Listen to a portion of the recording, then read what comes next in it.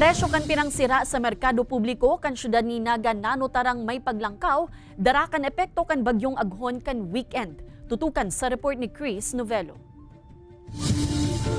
May paglangkaw sa pirang klase ng sira sa merkado publiko kan siyudad ni Naga. Sa monitoring kan Market Enterprise and Promotions Office o MEPO, nagkakawat ngunyan sa 240 pesos per kilo ang presyo kan sibubog.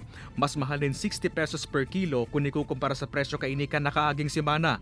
Nasa 160 pesos per kilo man ang presyo kan bangus gikan sa dating 140 pesos per kilo.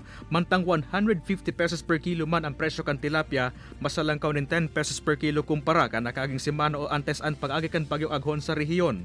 Minsan mahal. Iyo, pagkakasya talaga para makakakaning maray. Susog sa mga partienda ng sira sa nasabing merkado, naapektuhan subot ang mga supply kaini huli sa nag-aging raot nin panahon. Nalimitaran man kaya ang paglawod kan mga parasira. Piglalao man kan mga partienda na mahuros ang presyo kaini oras na magdakol na liwat ang supply. May dakop naman. Pero not gabos na interong dakol ang dakop. Siguro ining week na ini baka magbaba-baba. Sa ibong nalado, balik naman sa paglawod ang mga parasira sa San Miguel Bay sa Calabanga, Camarines Sur kung sa inhala ni ibang sira, siring kan sibubog na nababakal sa Naga City People's Mall. Kay banan si Carlo Abonita, Chris Novelo, Balitang Bicolandia.